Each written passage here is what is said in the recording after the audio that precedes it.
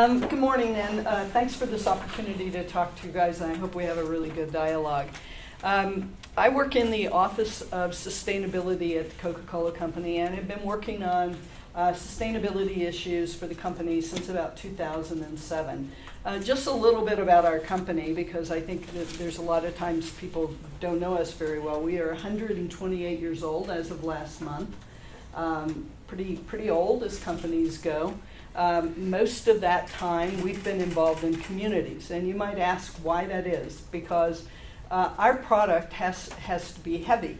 It's water. It's full of water. Whatever it is, it has water in it. It's heavy, and so we make it locally. We distribute it locally, and so while we're a corporation, and you might think of us as being in this corporate headquarters, we're really a very local business. And for that reason, we're very interested in communities, because we really have a basic belief that strong communities make for strong business. And happy, healthy people drink more stuff than sick, unhappy people. And besides, it's frankly just the right thing to do, and has been part of the ethos of our company for a long time. We have not as many associates in our system as McDonald's, but we're in the top 10 employers in the world. We're in 200 countries in the world with 700,000 associates when you throw in our bottling partners.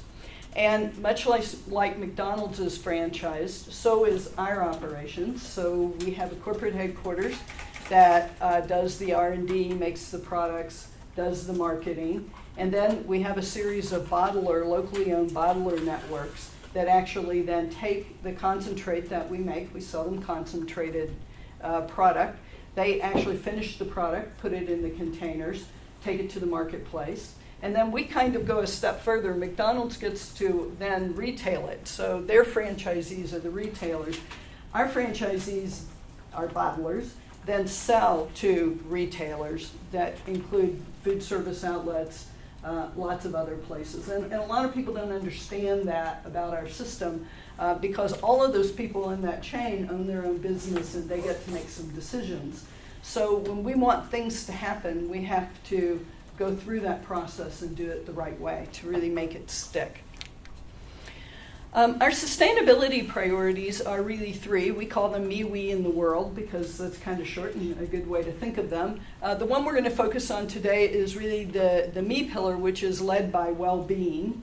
And we believe in well-being because, like I told you, well communities mean better business for the long run, and because it's the right thing to do. We have 4 commitments we're going to talk about. We worry about the benefits of our beverages and active, healthy living in the me pillar. But we're going to come back to that. I want to spend just a couple minutes so that you understand how all this fits together, talking about the we and the world. So the we is community sustainability, and our priority there is women.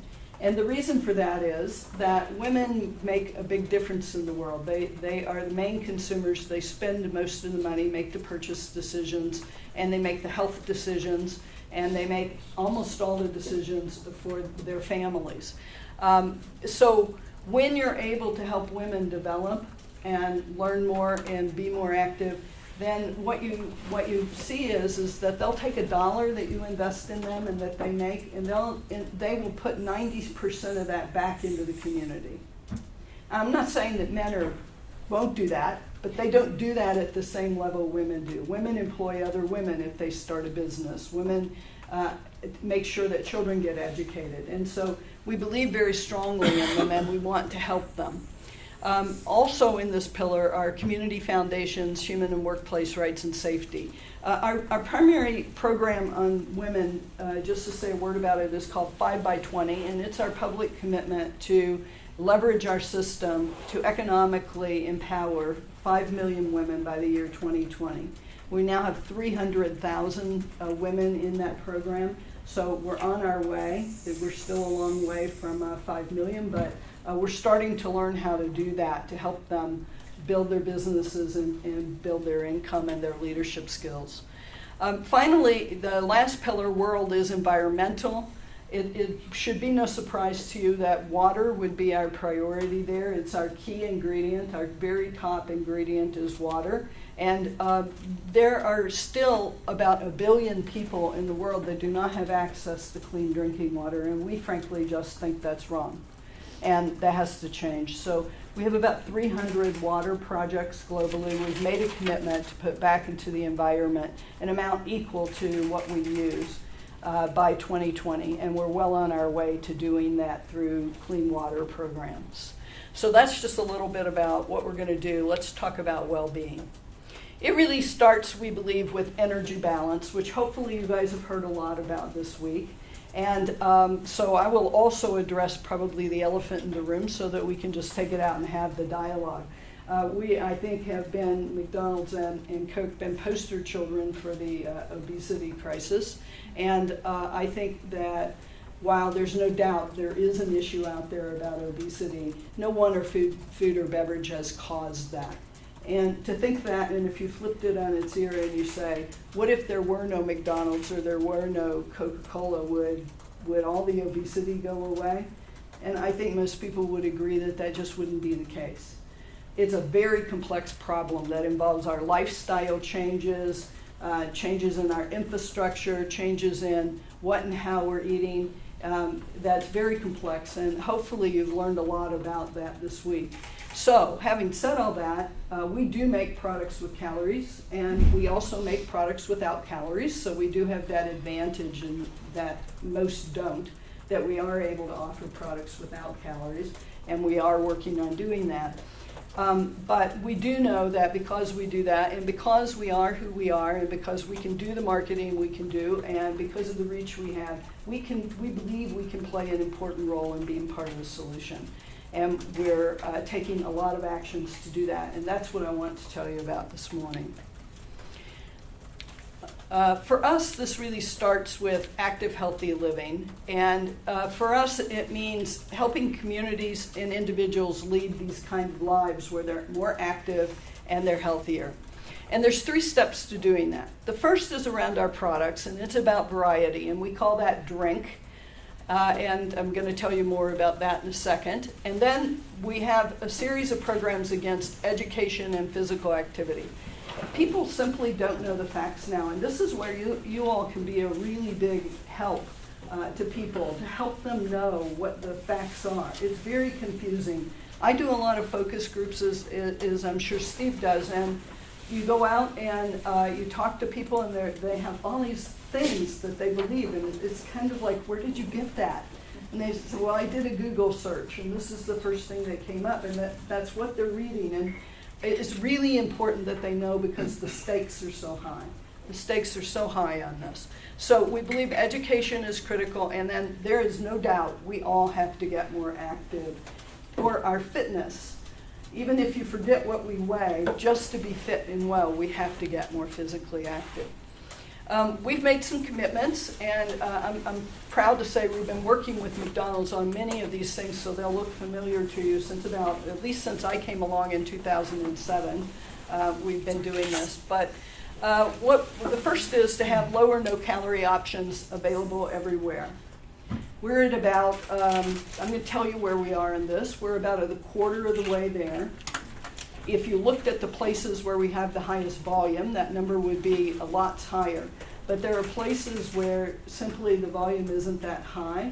And to find a place on a retailer's shelf for a diet, especially in an environment, in a culture where it's hard to get people to buy that product, is difficult. So what we have to do to fulfill this commitment, which we're working on, is that we must do a good job of advertising these products to consumers, helping them know what's in them, what they're used for, and then doing a good job with the retailers to persuade them to carry them so that they will be available. So we still have work to do in that area, but we're still proud of the progress that we're making. We have transparent product information. We want you to know we led on putting calories front of pack on our product. If our product has calories, we want you to know how many are in that package. Furthermore, we worked a lot with the FDA to be able to put in on a package how many are in the package. If it's a package that often gets consumed as one serving, even though the government actually defines a serving as 8 ounces. So that's what they were all based on, and people say, well, you're being deceptive. No, we're actually following the law, but we needed to work with them to get something so that people can actually know. We are at 99% on this, and I'll tell you that the issue there are some small glass bottles. They're very hard to do, and also there are some countries in which those glass bottles are recycled. And so a Diet Coke might go in that bottle next time, so it's sort of hard to put the calories on there. But we're working through those problems, and we will get that done by 2020, even for those.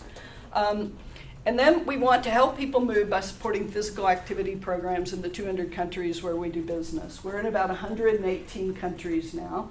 And that represents, I would say, about 90% of our volume. But our commitment is to be in all 200 plus, and so we have a ways to go on that, and we're working on that. In many countries, though, like the US, we would have, I don't know how many programs we have here, I would dare say 100 or hundreds in the US that we're supporting to help people be active. And that's actually part of our history. So I don't know how many of you guys might have grown up in a small town. I did, and our Little League part was basically funded, it was by Coke. And there are a lot of that, so we've been doing that for a long time. And then we don't advertise directly to children under 12 anywhere in the world. That's our objective. We are at about 99% on that. There's still a couple of places where, especially in small countries, where we can't actually segment the advertising very well. And so we're still working with people to be able to do that and make sure that we know where it goes and things. Sometimes how the advertising business works is you give an ad to someone who then takes it from there and puts it out into the public. And it can happen sometimes that they don't do a great job, so then you have to find a new supplier for that. So that's still the remaining work to be done there. But we actually haven't been doing that in the US and some other countries in 50 years in terms of advertising to kids. We believe in the rights of parents to make choices for the kids. A variety drink, we have more than 3,500 beverages globally. About a quarter of that portfolio is low or no calorie. We're continuing to do lots of R&D to add fortified products, and 19 of our top 20 have a low or no calorie alternative. The one that does not is Simply, because that juice can't be fooled around with to take its calories out and then call it not fooled around with. So Simply is oranges, so it is what it is there, and don't look for that one to have a diet, although you never say never.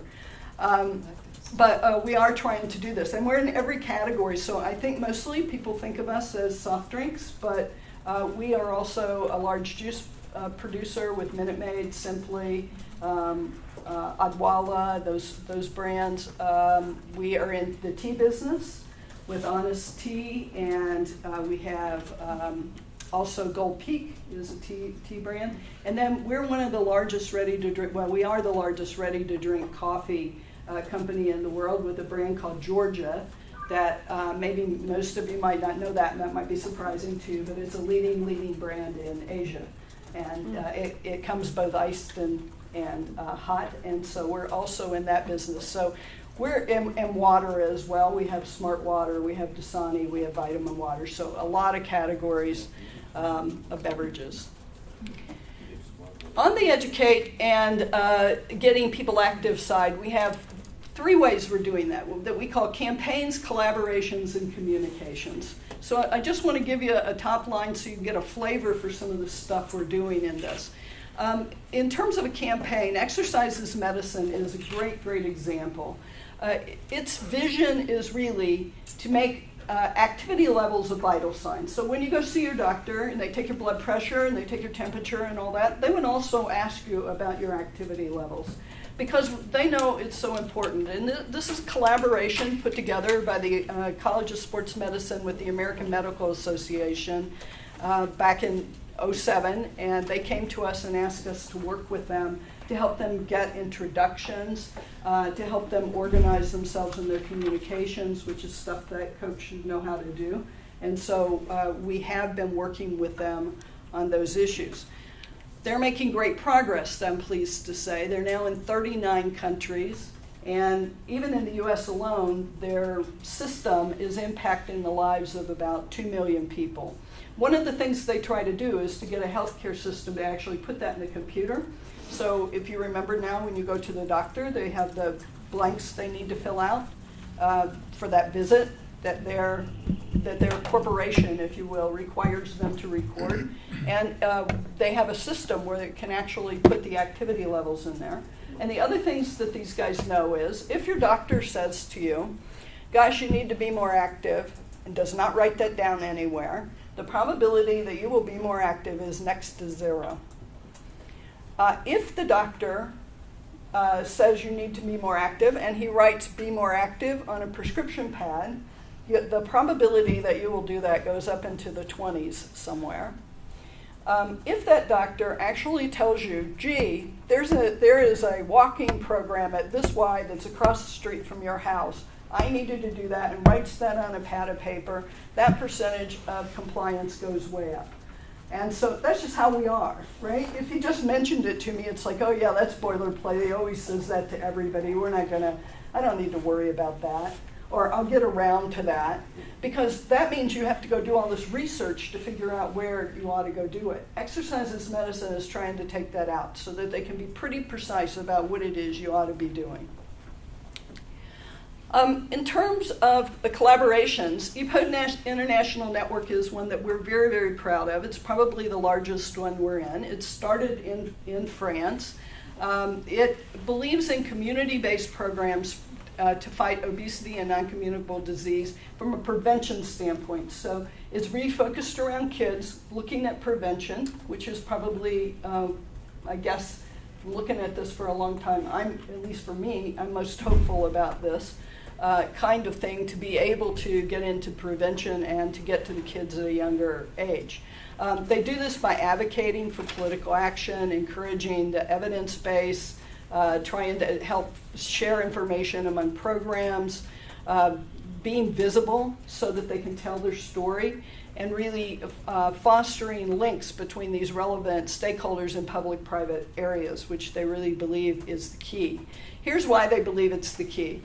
If you look at their very first study, they started back in 1992, and they were making virtually no traction until they got to around 2000, and they made their initiatives community-based, where they were bringing together local government officials, companies, all kinds of NGOs and physician groups. And when they did that, they saw a 40% over the next 4 or 5 years, a 40% drop in the incidence of childhood obesity with that kind of setup versus what they had been trying before.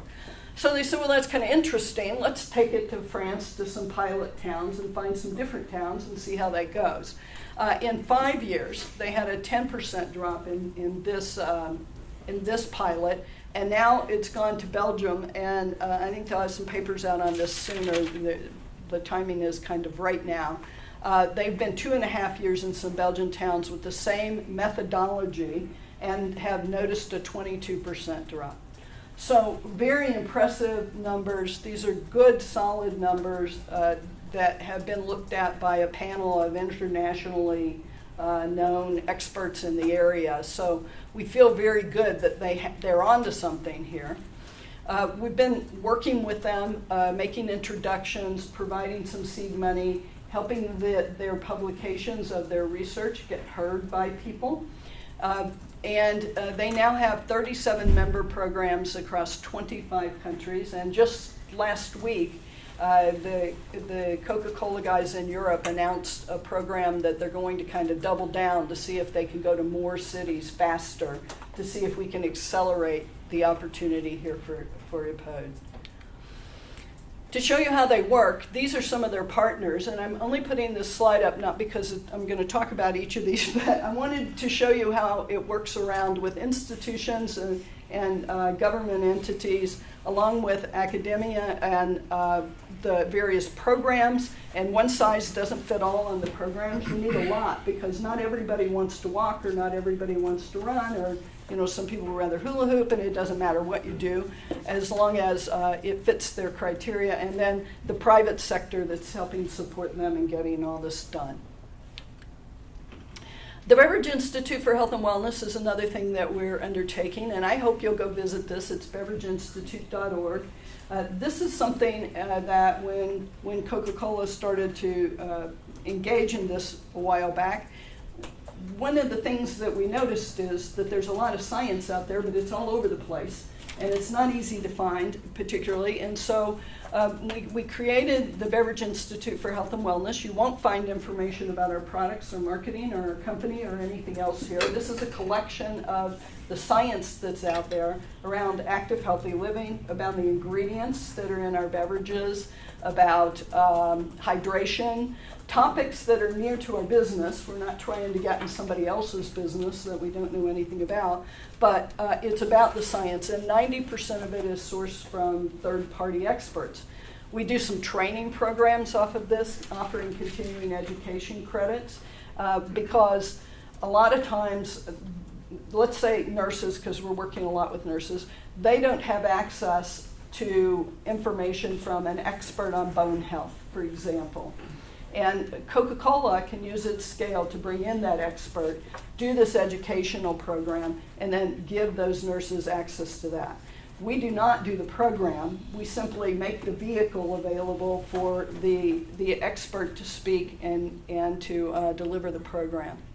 There are videos on here, and you can use this as a great source of information. It's done kind of in a triangle. So if you want to know a little, you can get a little. If you like it, there's some things you can click on and you can learn a little more. And if you want to go back and see the source studies on this, you can click on those and actually go and see the actual various pieces of work.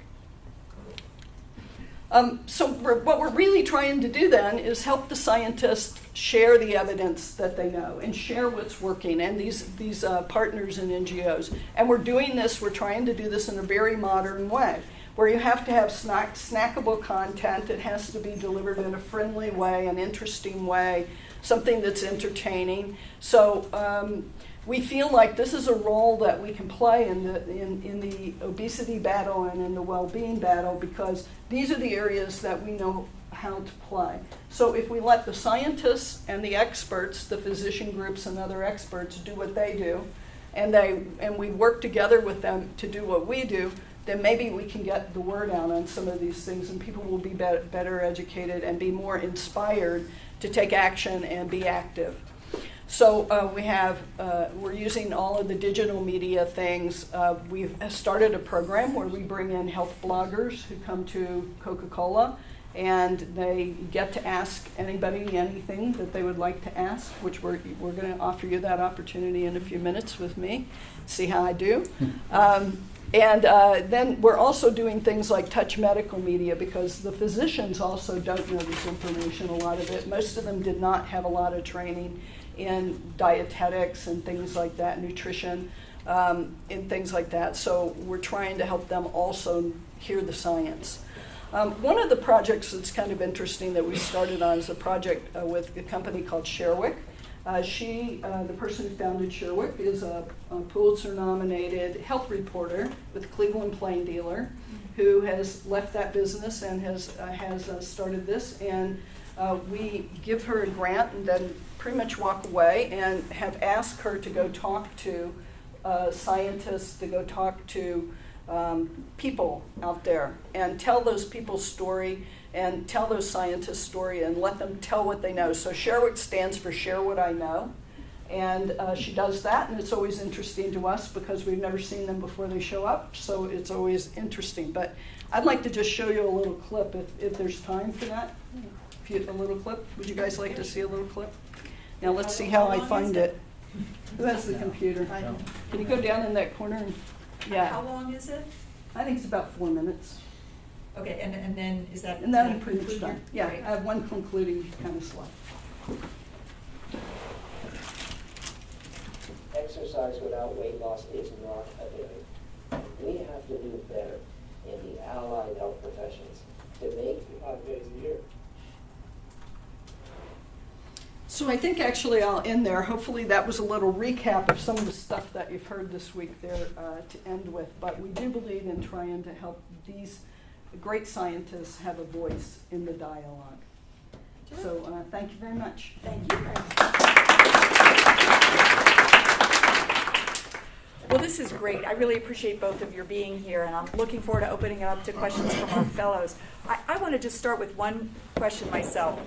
You both said that your companies are taking some responsibility for the obesity epidemic. You're trying to develop new products and have low-calorie options and partnering and doing all kinds of things. If at some point, at the point at which these efforts start to interfere with the bottom line, they start to eat into profits because it may be expensive to do this or that, is there tension with shareholders? How you say to shareholders, we're going to reduce our profits because we think it's important to help the world be healthier? I don't think so. And here's why I don't think that there's a lot of tension there. Shareholders want the company to grow.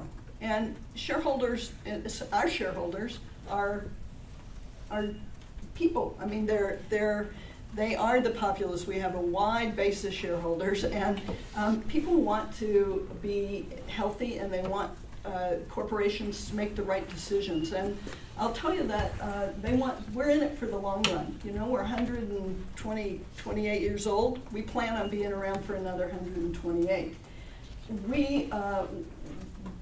We aren't as worried about next quarter's profits as we are trying to look ahead and say, on the whole, what's the right thing to do, and how are we going to build this business the right way? And so there really hasn't been, I think, a lot of tension between that, because the shareholders' best interest is the growth of the company, and the growth of the company is dependent on us doing the right things. So I'd add, we're only 55 years old, 60 years, I'm not sure what it is now. But I would agree with Celeste, and we see institutional shareholders, the big ones, interested in these issues as well. So I think that there's real alignment around trying to contribute to the solution. So we don't necessarily take ownership as the problem, but we do take ownership of needing to be part of the process to address it and try to solve it. Thank you. Patricia, go ahead. Hi, I have a question for Steve. Steve. I was actually trying to remember your last name, so. Hotel. Tell you, Mr. Hotel. It's Hilton, he was joking. The fact that the United States is so diverse, some of the products that you're marketing for the rest of the world, I mean, they would work here just fine. Are you thinking or looking at that and saying, well, sure, we can have pineapple on a stick or kiwi on a stick or all the other stuff that the rest of the world enjoys, because the rest of the world is represented right here. Correct. Are you? So the answer is yes. Okay. But not absolute. I went through that slide that showed the menu development process. What I didn't really focus on were the focus groups and the testing that we do. We do a lot of testing to determine whether or not there's a market for the product. And a lot of times we will bring products from other parts of the world that we think would be relevant for the U.S. market and find that it just doesn't rise to that level. But at the same time, especially in the spaces we're talking about, we're actively looking at that. So we have a premium McWrap product that came from Portugal that has all kinds of good ingredients. Some people can sharpshoot elements of it. That is, now a staple in the U.S. The kiwi on the stick is something that we're looking very hard at in the U.S. right now, as an example. Pineapples as well. And, I didn't say, and then we're doing our own thing that actually can be exported. So we just announced a week ago, as we continue to evolve the Happy Meal, that we've added Go-Gurt, which is a popular item for kids. But then we took another step, worked with General Mills, and reduced the sugar content by 25%. And that's now going to be part of our Happy Meal.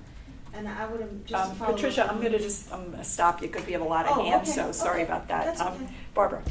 This question is for Celeste. It's about one of your products. So your kosher Coca-Cola product, which is only offered 2 weeks a year around Passover, uses sugar as a sweetener as opposed to high fructose corn syrup or the corn derivatives of the Diet Coke version. So why not offer that sugar-sweetened kosher Coke 52 weeks out of the year? Because there's evidence to show that non-Jews enjoy that and prefer that as well. Right, okay, so it happens, so you're really asking about the difference between the high fructose corn syrup and the cane sugar. No, I'm just wondering why product. not provide that option 52 weeks out of the Well, year. a lot of stores now have that. It's called Mexican Coke because it was originally brought in from Mexico, so they do have that option. But what I will tell you is in the U.S. here, we have a lot of corn. We don't have as much sugar. And so the sugar supply, I think if you looked at the sugar supply, you would find if we did that every day of the year and in every product that we manufactured, that there would be a shortage of sugar and the sugar price. It would be the unintended consequences like the apples. So we do try to be mindful of that. So we're trying to make that available in terms of the Coke that comes from Mexico for those people who want it. We do that during Passover, I know, and the other Jewish holidays for that. But there's also not a lot of reason to make the switch because corn syrup is actually identical chemically to, virtually identical chemically to that's cane sugar. And Okay, Katie, I think you had a question? I do. It's actually about like the supply of sugar, supply of apples. How, when you introduce a new product, does it usually cause price fluctuations? And how many years do you, when you do introduce something that you actually grow from the ground, how many years does it take to get enough that you don't wind up costing yourself a lot more money? Right, and others. My recollection on the apples was we needed to do it a year in advance. So the apple industry was making its finite amount of apples based on demand. We were creating a new demand, and they needed to make some choices around where they were going to, how much they were going to plant. So that process, and I'm not an expert because we do hedging and all those kinds of things to try to manage those costs, which are rising on a consistent basis. But it was about a year out. And I would say it depends on the particular ingredient. So, Steve, for example, when we were introducing that was sort of it took a while to get that out there because there wasn't much of it available, and so you have to sort of step through. And it depends. So sometimes that can take several years. A lot of our recycling, plant bottle, for example, when we're making parts of the bottle, the PET, out of plant-based material, it's taking a while because there isn't enough material or processing plants. So it kind of depends on the thing that you're working with. But we do look at that. Bob? Steve, I have no doubt that the division that you work for is truly dedicated towards healthier living. But does the right hand know what the left hand is doing? Meaning, do the guys and gals in the lab that are creating new products, how committed are they to lowering sugars, oils, fats, sodium? Does it filter down to those folks? The short answer is yes. Has it been an evolving process? I would say yes. As I said, I'm 5 years in. But we've been doing these kinds of things. So we reduced, and it's an interesting element, we reduced the sodium in our chicken McNugget, which is probably one of our most popular products, by 10% long before I arrived. And that came at the initiative of folks other than me and my team, et cetera. I think that, as customer trends, et cetera, have evolved, I think we have done more and more and more in that space. And that's why you see the presentation that you see now. As I said, that food menu development piece at the outset now, nutrition screens go into it. Now, there are business decisions are made every day around what those products, where they should fit in the scheme of our menu portfolio. Better for you, indulgent, somewhere in the middle, depending on how you define it. But at the bottom line, it's now a part of the screen process when we go into it. Who else? Vicki? So there's been a lot of talk lately about minimum wage workers generally, and I assume in Is that McDonald's. nutrition? Is that So obesity? we're going to get to that. So, Okay. so I'm wondering, in terms of your employees, you have so many employees in the U.S., and many of them are not making necessarily that much money. Not making a lot of money is often associated with obesity and disease. What can you do for your employees, or are you doing anything for your You employees? lost me there for a second, so go back and just refine it a bit so I can understand the connection. Well, she's saying because you have a lot of low-income employees and because low income is associated with high rates of obesity, what can you do for your employees to help them prevent or avoid obesity? Is Okay. that- Yeah. No, fair question. You know, we have programs underway, and I don't pretend to be the expert, so Lisa, if you can help me get back to you on it. Wellness programs, et cetera, that are developed within the McDonald's owned store process. That's an element. And a lot of what we do in the McDonald's owned store process is try to develop best practices that we would then try to encourage our operator community to undertake. A lot of that has to go with affordability because we're a low margin business. So the process isn't as easy as you would think. At the same time, I think we feel that, we provide a set of products is not the right word, of food options that for our employees that reflect the same kind of thing that we're trying to provide to our customers from the standpoint of choice and variety that allows them to make decisions. The whole menu board labeling piece, I think, also goes to that, to try to be transparent about what the calorie counts are for those products so that folks can make informed decisions. You said that regulations come into fruition. Do you have a date? I wish, 2 years ago. No, it's taken inordinately long, and even the administration will admit to that, but I think they're close. Michelle? Okay, I do have two questions for both, one for each of you.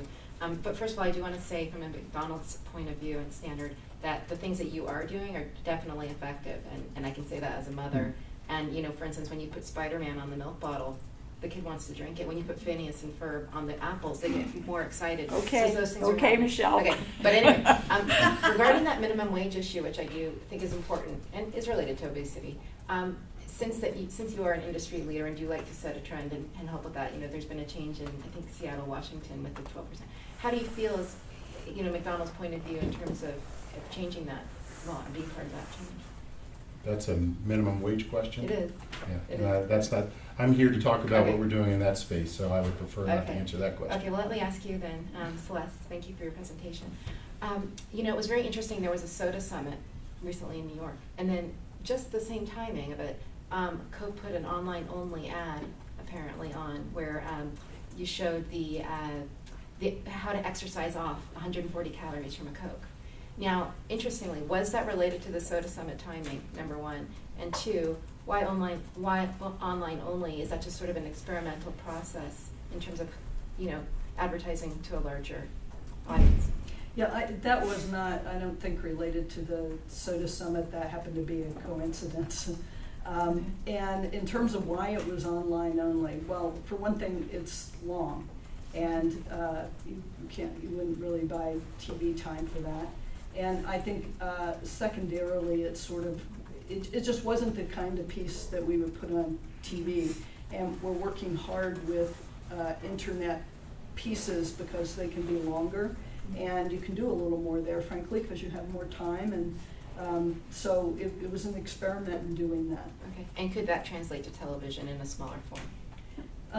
Is that a thought? It's possible. I mean, we've done other things. This isn't the first time we've done that. We've put other pieces out. We get a lot of feedback. We watch the feedback, so we know what people's key takeaways are from the message. Is the message effective?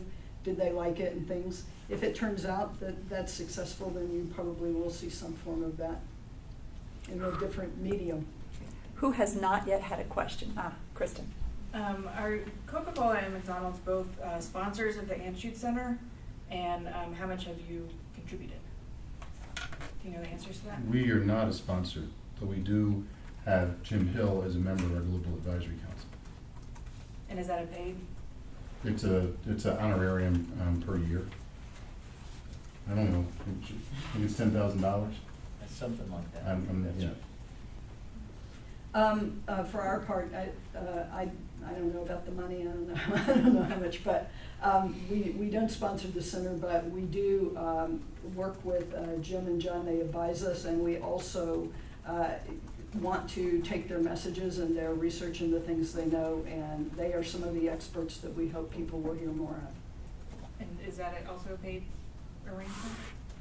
grants. We don't pay for service. It's not like that. We give for all of these things that you've seen. We give grants and we walk away. Because if we don't help some of these messages get out, who will? I would just add, if I could, because I understand the underlying nature of the question, which I think is a fair question. But the advice and counsel that Jim and the other members of our Global Advisory Council have caused the initiatives that you've seen today. Yes. For Steve, do you have any data that people are choosing the healthier options at McDonald's? Do you know, or is that ever forthcoming? Would it ever be?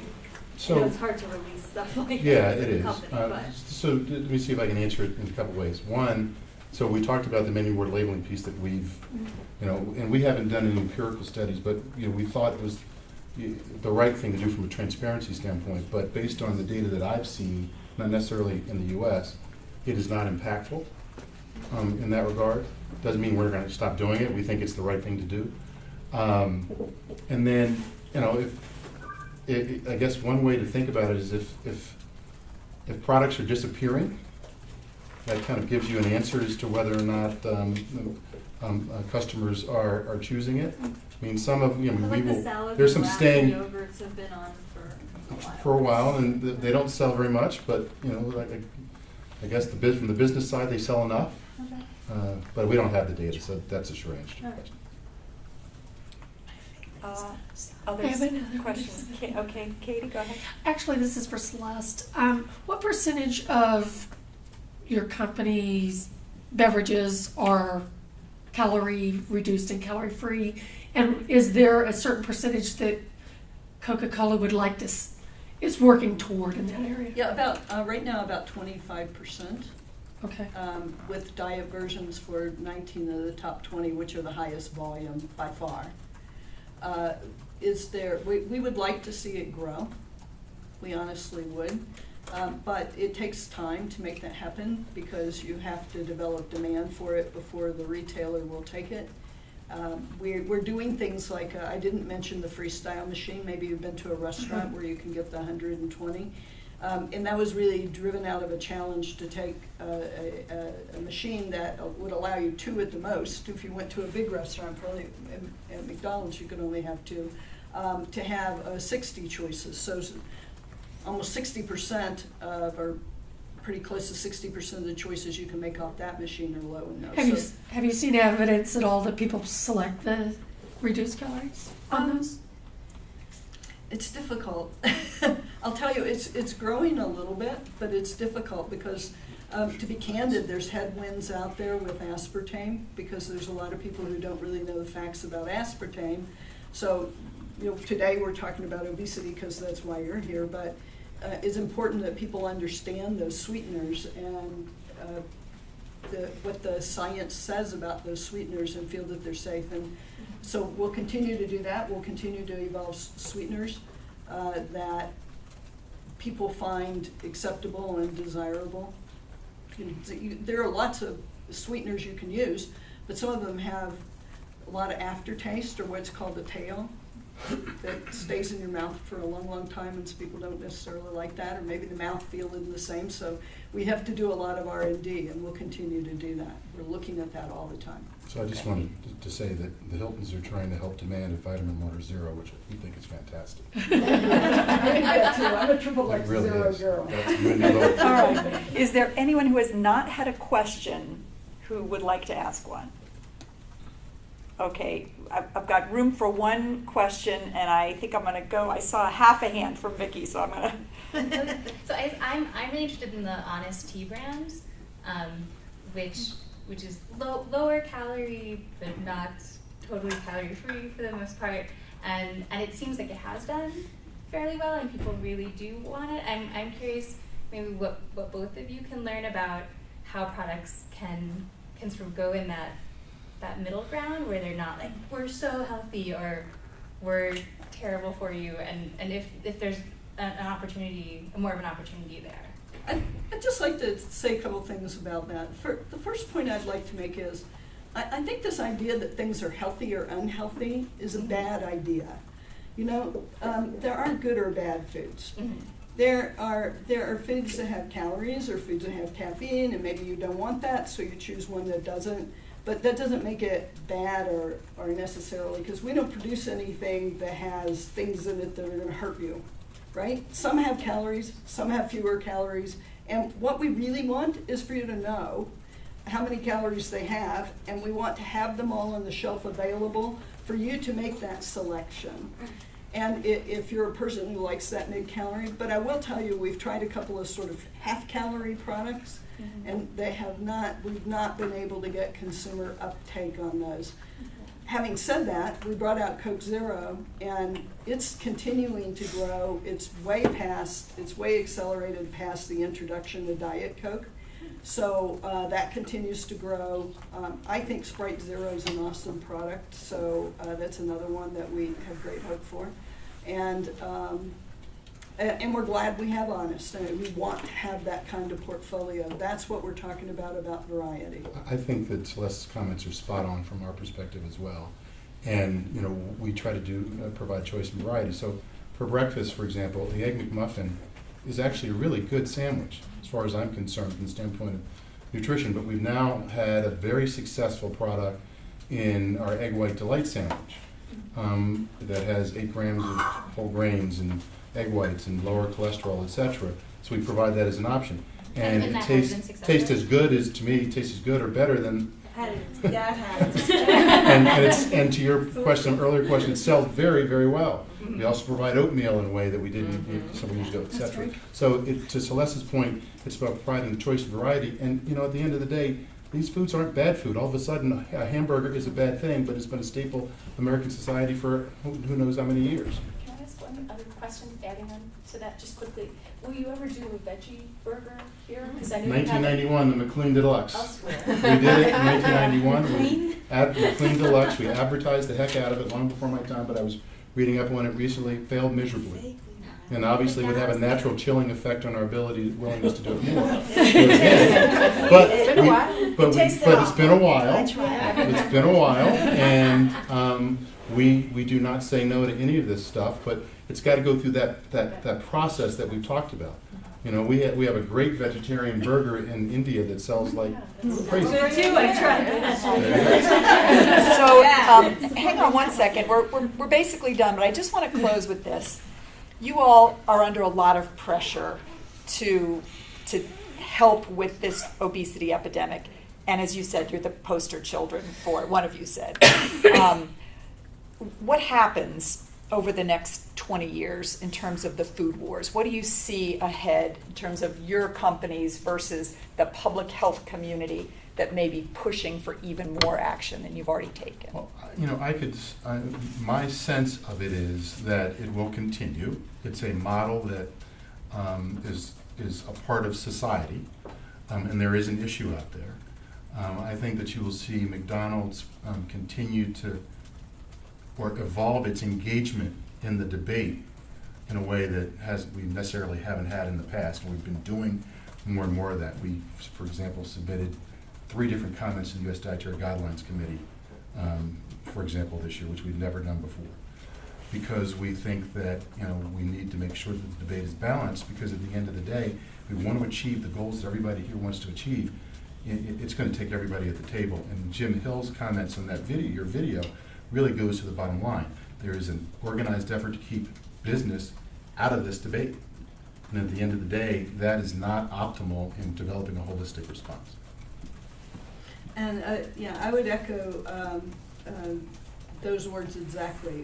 We have to be part of the solution because I think that it's not possible for it to be solved any other way than all of us working together in the same. And I think that the public health guys will make us better, as will many, many people who we work with. And the reason that we work on all these partnerships is not just so I can give you a cool presentation, but because they actually make us better. Right. They tell us things, they say, if you could change this, if you could change that.